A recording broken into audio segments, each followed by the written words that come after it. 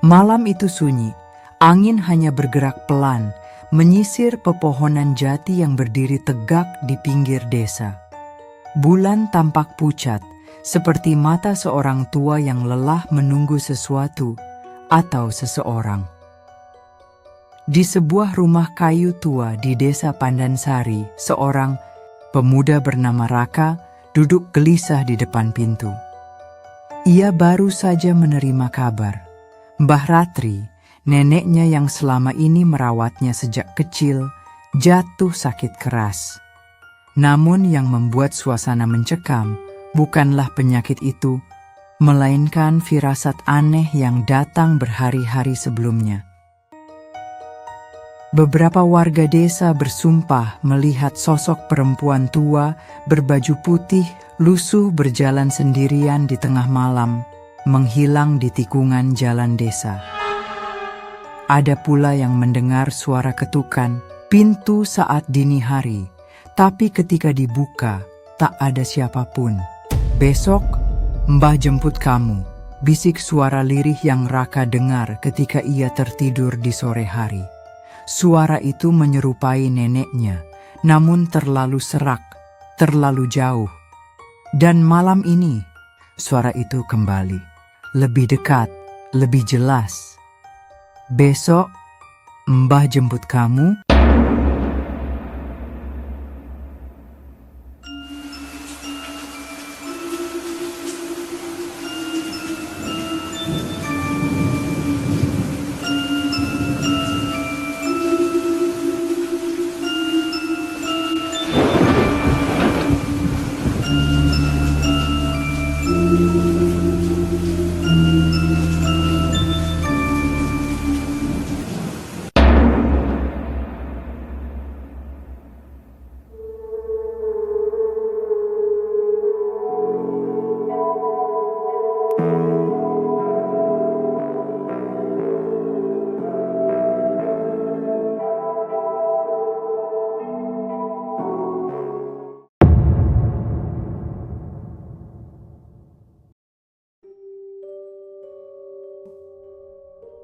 Desa Pandansari adalah desa kecil di lereng perbukitan Jawa Tengah.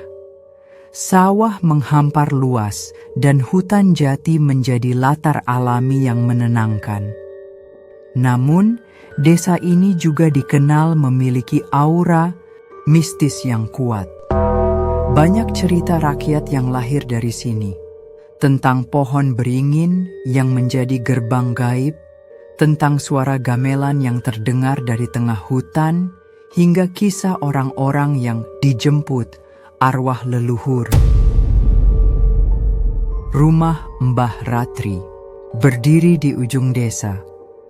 Rumah kayu joglo peninggalan suaminya yang sudah meninggal puluhan tahun silam.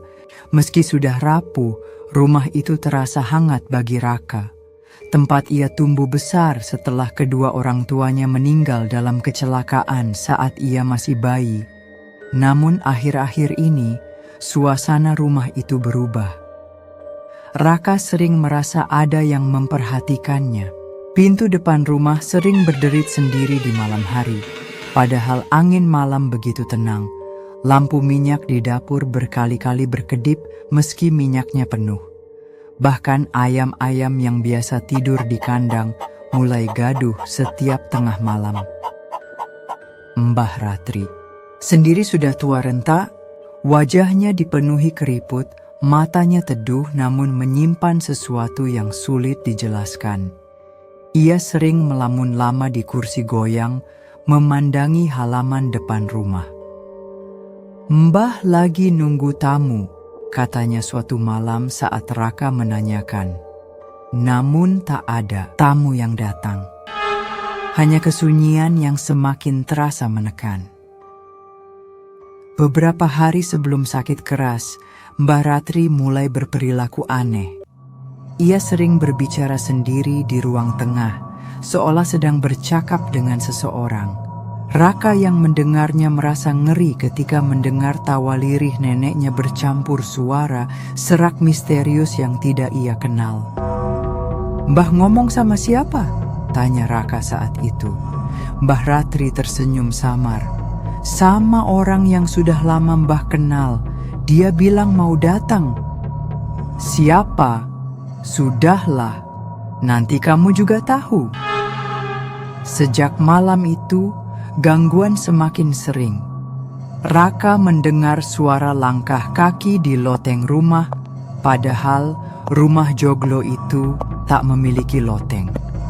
Suara pintu diketuk keras di tengah malam, membuatnya terbangun dengan jantung berdegup kencang. Tapi setiap ia membuka pintu, halaman rumah kosong, hanya suara angin dan bunyi jangkrik. Di desa, kabar tentang tanda jemputan mulai tersebar. Warga tua percaya jika ada orang yang akan dijemput makhluk gaib atau arwah leluhur, biasanya tanda-tanda muncul.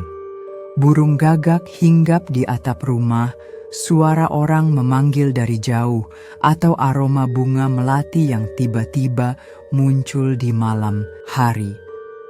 Dan memang, beberapa malam berturut-turut, Raka mencium wangi bunga melati yang sangat tajam di kamarnya. Aroma itu datang tanpa angin, seolah ada seseorang berdiri di belakangnya sambil membawa bunga. Malam itu, Raka tertidur di bale-bale depan rumah. Ia terbangun karena mendengar suara ketukan pintu 3 kali. Pelan tapi tegas. Tok, tok, tok. Ia bangkit dan mengintip dari jendela.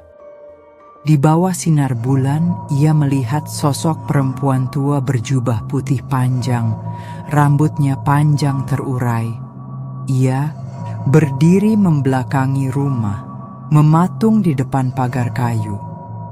"Mbah?" panggil Raka dengan suara lirih.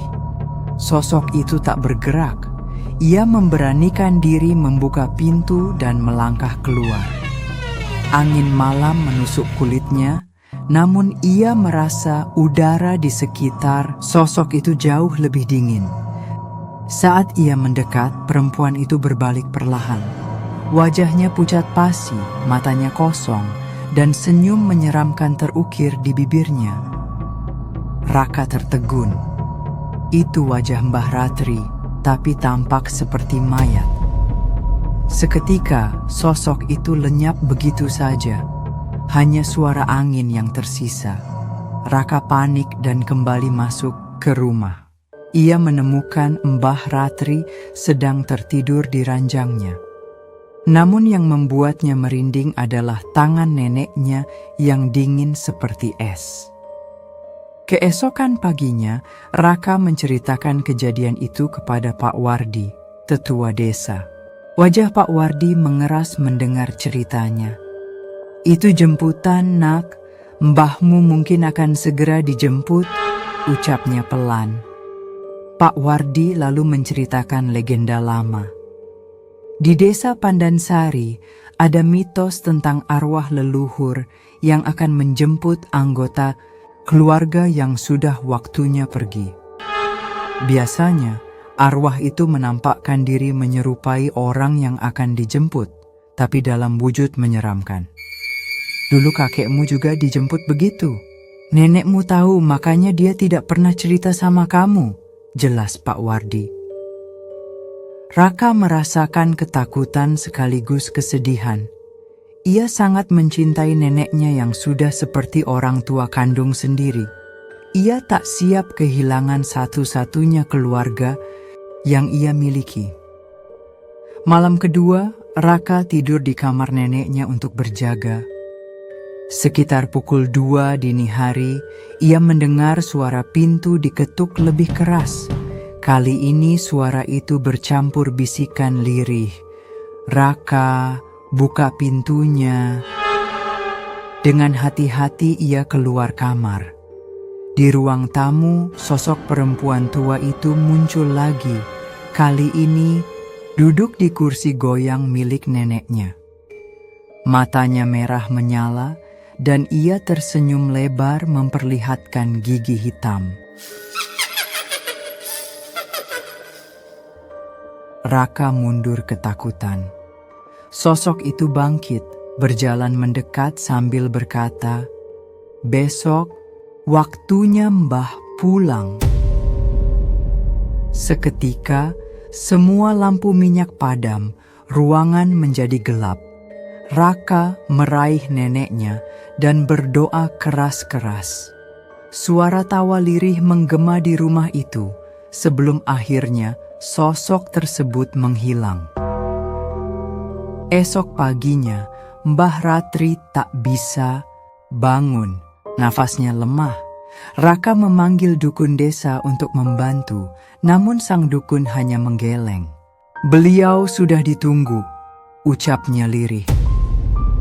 Menjelang sore, Mbah Ratri memegang tangan Raka dengan erat. "Nak, jangan takut. Nenek selalu ada di sampingmu," bisiknya. Air mata mengalir di pipi Raka. Ia memeluk neneknya hingga nafas terakhirnya terhembus. Namun momen mengerikan terjadi di malam hari setelah pemakaman. Raka mendengar suara kursi goyang bergerak sendiri di ruang tamu. Aroma melati memenuhi rumah. Ia melihat bayangan perempuan tua berdiri di dekat pintu, tersenyum lembut sebelum perlahan lenyap. Raka tahu, Mbah Ratri sudah pulang. Sejak hari itu, Raka tinggal sendirian di rumah joglo tua itu. Meski ketakutan, ia merasakan kehadiran neneknya setiap malam. Kursi goyang yang berderit, aroma melati, suara langkah kaki, semua terasa seperti pelukan seorang nenek yang tak ingin cucunya merasa sendiri. Cerita jemputan di Desa Pandansari terus diwariskan. Bukan untuk menakut-nakuti, tapi untuk mengingatkan bahwa cinta keluarga melampaui batas kematian. Arwah leluhur datang bukan untuk menakutkan, melainkan untuk menjemput dengan lembut. Walau penampakannya sering menyeramkan bagi yang masih hidup. Raka belajar satu hal, rasa takut kadang hanyalah cara alam memberitahu kita bahwa ada cinta di balik semua misteri.